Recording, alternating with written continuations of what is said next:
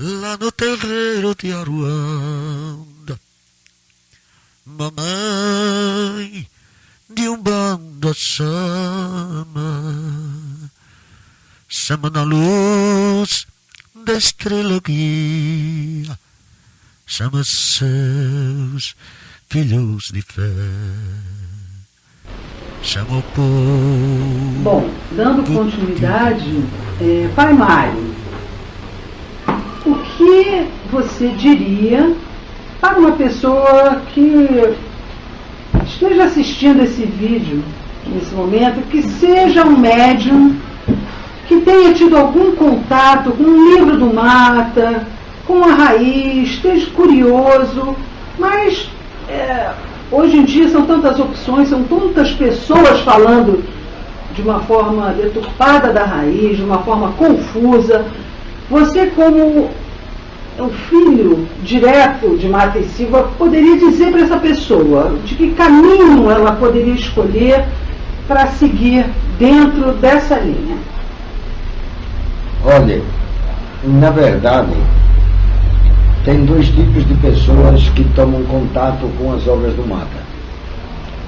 São as pessoas que escutaram falar no terreiro que são médiuns e que procurassem ler. Essas pessoas muitas vezes leem os primeiros livros que lhe vêm à mão. Até que, conversando com uma outra pessoa, tem a graça de escutar da outra pessoa, de dizer que tem o Mata e Silva, e apresenta um livro do Mata.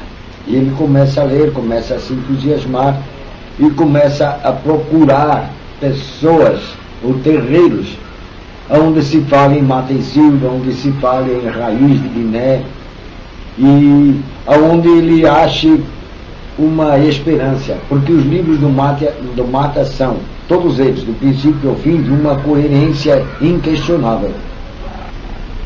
E é isso que chama muito a atenção deles, dessas pessoas.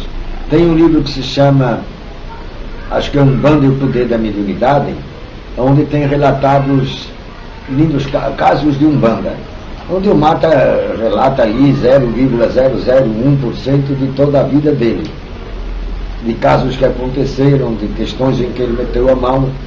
E se fosse escrever um livro, ele ia escrever uma enciclopédia.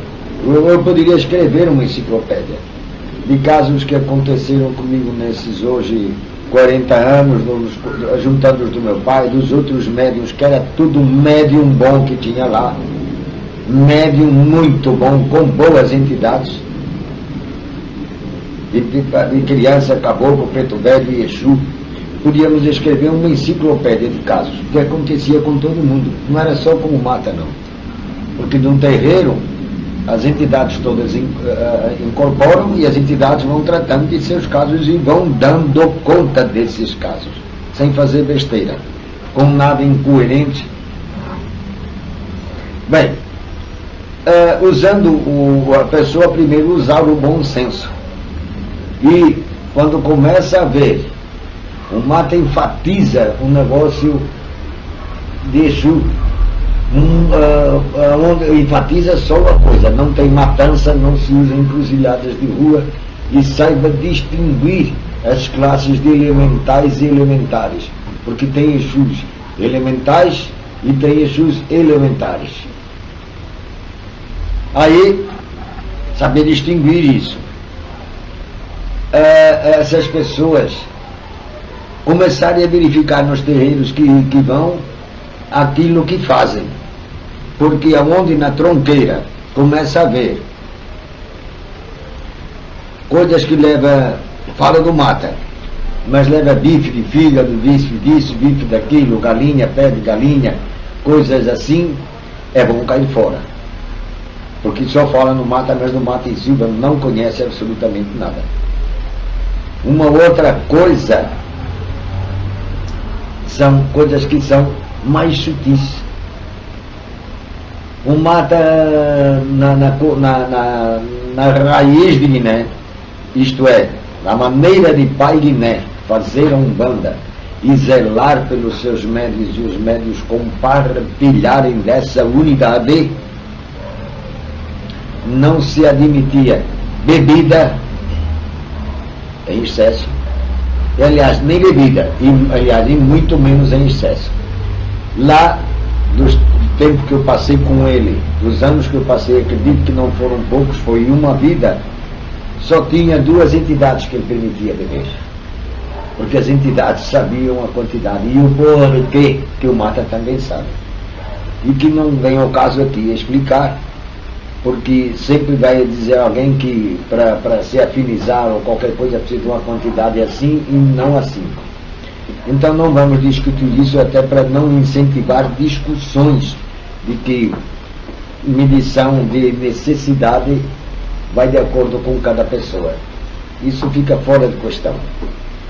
Mas procurarem ler, quem tem os livros do Mata mesmo editados pela editora Freitas Bastos e que não sofreram nenhuma alteração, sofreram absolutamente alteração nenhuma, e procurarem entender aquilo.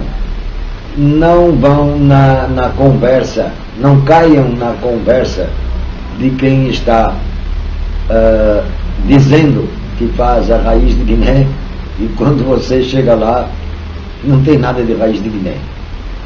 Aliás, é o que se vê por aí. A própria palavra Umbanda é aportuguesado, mas é a Umbanda. Ela significa conjunto das leis de Deus. E se você for na maioria dos terreiros, você vê tudo menos alguma coisa que pertença ao conjunto das leis de Deus, começando por humildade, caridade e fraternidade. Então pediria a essas pessoas que não se cansassem de procurar. Às vezes, na primeira vez dá o tiro certo, e às vezes não dá. Acertarem, procurarem, que vão encontrar. E aqueles cuja mediunidade está aflorando, mas mediunidade verdadeira, que por acaso ler algum dos livros do Mata e seja destituído de vaidade e de pretensões, vão encontrar com muita facilidade. Chegam muito fácil. Não com a facilidade que descrevem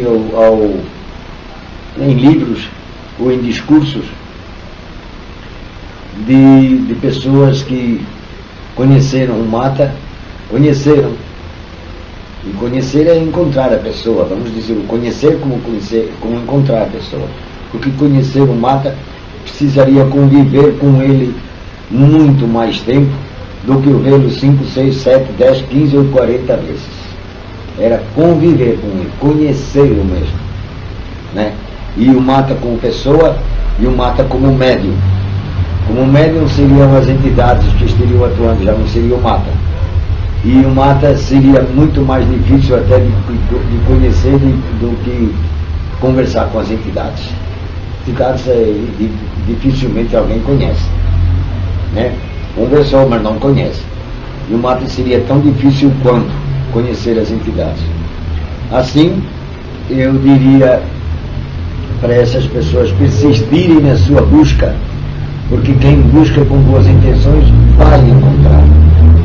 Hoje chegam dos lugares mais longínquos do Brasil, como acontecia naquela época, pessoas que leram o livro do Mata, chegou o livro do Mata às mãos, e perdidos dentro dessas questões de espiritualidade e mediunidade e de vivência em terreiro, procuram uma orientação.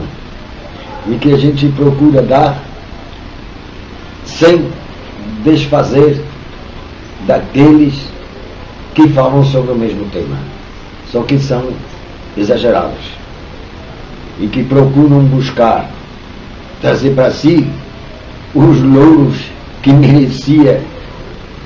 merecidos pela pessoa que escreveu o livro, que seria o Mata Silva. Muitas pessoas falam do Pai Guiné sem saber, na verdade, quem era o Pai Guiné.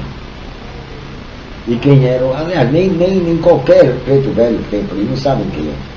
Muitos acham ainda que foram escravos que vieram aqui, que faleceram com muito sofrimento, humildade, e vão trabalhar na Umbanda para ajudar, assim, mas que são analfabetos.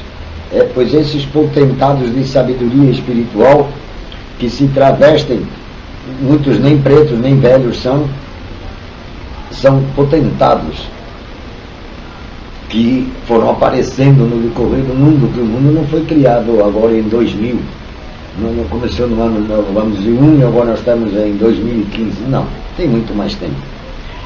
Desconhecem talvez o crescimento das raças que nos antecederam, né?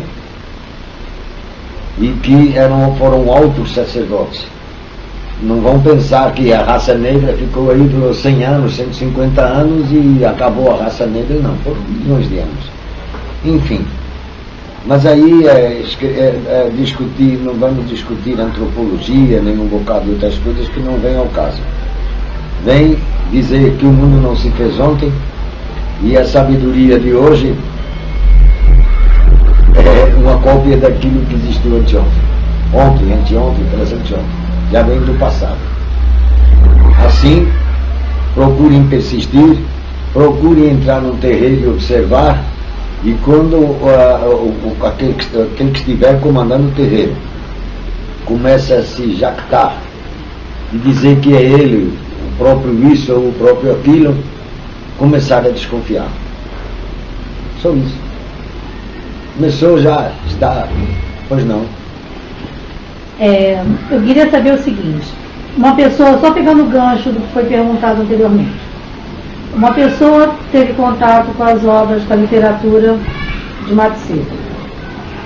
Ali ela vai encontrar alguns elementos que são muito característicos da raiz guiné, como as cores, né, que são ligadas aos orixás, a própria classificação dos orixás, que inclui Ori e Orimá, que não pertence a nenhum outro segmento mais conhecido normalmente.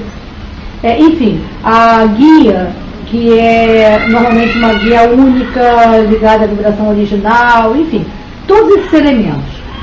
Muitas vezes a gente vê que existem alguns terreiros, alguns centros, que ainda que digam que seguem a raiz, a gente vê que sofrem alguma influência ou outra. Bem, hoje, a questão do nome iniciático também, isso tudo era uma coisa que desde os tempos de Itacuruçá se fazia muito presente. O próprio Mato Silva administrava isso quando tinham outros filhos de santo que iam abrir casas, ou não era tão rígido? Como é que era isso no princípio? Olha, existe um fato que eu não gostaria nem de tocar no assunto, porque essa verdade ela pode dar motivo a muitas interpretações, e sempre negativas. Mas eu vou lhe dizer, quando eu entrei no Mata, o Mata era um escritor famosíssimo e de uma humildade ímpar. Ninguém diria que ele era escritor, nem que morava num lugar onde morava, que era de uma humildade ímpar. O Mata tinha um filho de santo feito num grau mais elevado, que era o mestre Itaúma, o Ivan. E só. Algumas pessoas tinham muitíssima intimidade, mas não tinham assim mais nada do que isso. Eram amigos íntimos e grandes amigos, mas a gente está dizendo, essa coisa da terra, agora espiritualmente não. Quando eu entrei, uma coisa que muitas pessoas têm me falado nisso, mas é que houve uma grande reviravolta. Para que vocês tenham ideia, o terreiro, o Mata tinha luz na casa. O terreiro era iluminado com lamparina de querosene. Atrás do terreiro, o terreiro e os quartos que tinha dormitórios, lá para pessoas que iam assistir e não podiam voltar por causa do horário de ônibus, que não é assim, ônibus como se diz, intermunicipal, como se diz. Bom, quando eu entrei, é que começou a chegar uma turma de pessoas que quiseram colaborar e fazer aquilo um pouco mais aconchegante. Quer dizer, colocar luz, nós botamos um banheiro lá fora, porque as pessoas iam tomar banho na casa do Mata. Ele dizia nunca negou, mas a gente sabe que é um incômodo e tal. E a todos colaborarem, começou a se formar realmente uma fraternidade. Não foi à toa, começaram a aparecer espíritos ligados ao Mata de outras encarnações. E começou assim. Aí, o outro mestre que ele fez fui eu. E depois é que vieram outros mestres. Mas, naquela época, para nós, era uma coisa muito comum, normal, assim, como você passasse de ano no primário. Não tinha, assim, importância nenhuma. Eu era até muito jovem quando isso aconteceu. E para o Ivan também, eu já conheci. Eu entrei lá com 20 para 21 anos, o Ivan é mais velho que uns 6 anos, mas também era muito jovem para ser mestre, né? E tinha pessoas lá de cabelos brancos que não eram mestres. Isso também nunca perguntei porquê, nunca questionei. Quando o Mata quis fazer de mim pai pequeno, que ele um dia me chamou para ser pai pequeno, já tinha um pai pequeno, e que eu respeitava muito, que era tinha mais tempo no terreiro. Mas ele ficava ali com a presença dele, recebia entidade assim, mas não demorava a dar consultas assim e tal. Quem trabalhava realmente muito era eu e ele. E nunca ligamos para isso, até a morte dele. Porque depois do falecimento dele é que começaram a aparecer gente que entre as pessoas, algumas até eu conheci, nunca estiveram em Itapuruçá. São mestres, feitas por ele, e nunca estiveram lá. Porque pelo menos uns 70%, 80%, talvez até mais, daqueles que foram batizados, não feitos mestres, batizados lá, eu sou padrinho deles. Que o Mata dizia: estou velho, você escolhe o Mário que é jovem, se precisar de mim, eu estarei presente através dele, ele vai lhe dar a mão. Depois do falecimento dele é que houve uma profusão de gente grande, que eu vou lhe dizer, e bem maiores do que aquilo que o seu merecimento e suas atitudes mostram. Tudo é uma questão de atitude. Ser não é bem assim. Dizer que é, muito menos. Aliás, dizer que é não é bem assim, e ser muito menos. E mostrar que é, aí nem existe isso. E pode perguntar às pessoas que andam por esses terreiros aí, que falam coisas do Mata, do Pai de Né, qualquer coisa, o comportamento daquela gente é bem aquém do que diz um terreiro de Umbanda popular.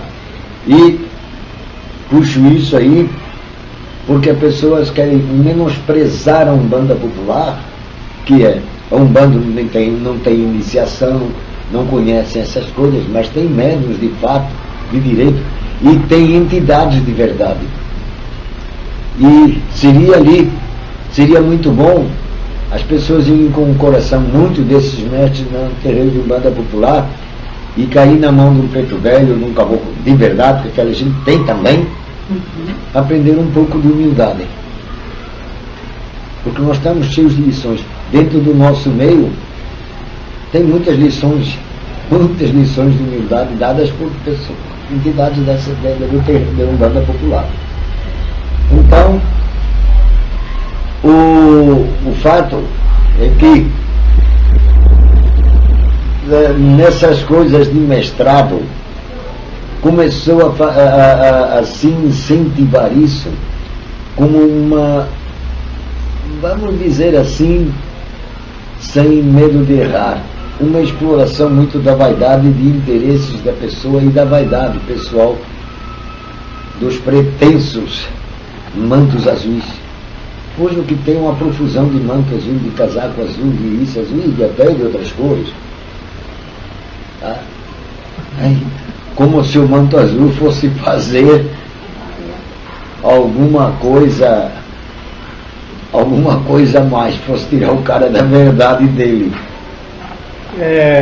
Em relação à túnica, no meu caminhar aí de 20 e poucos anos, eu vi uma história que cada grau teria uma cor relativa de túnica, sendo que nas imagens de Itacuruçá eu não vejo nada disso.